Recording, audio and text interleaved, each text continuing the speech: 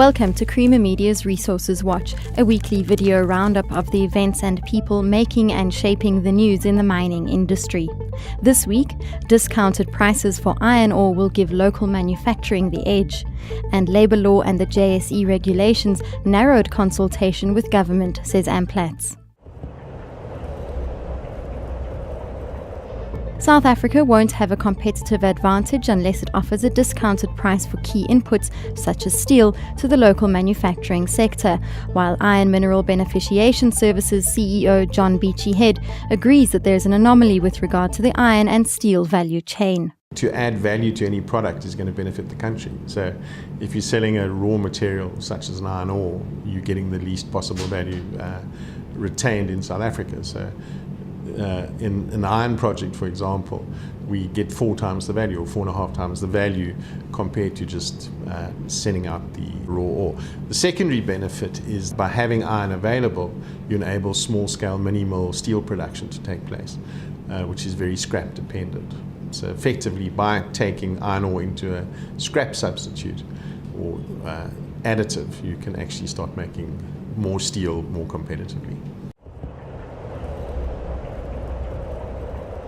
Labour law and the regulations of the Johannesburg Stock Exchange prevented Anglo-American Platinum from making full disclosure to government of the details of its now controversial Platinum Review Plan ahead of the formal public announcement. We have actually quite a narrow window and of opportunity to consult without it becoming then obvious that you have now decided on your process, because the moment that you've decided on your process, the law says, well, then you've got to start the 189 process.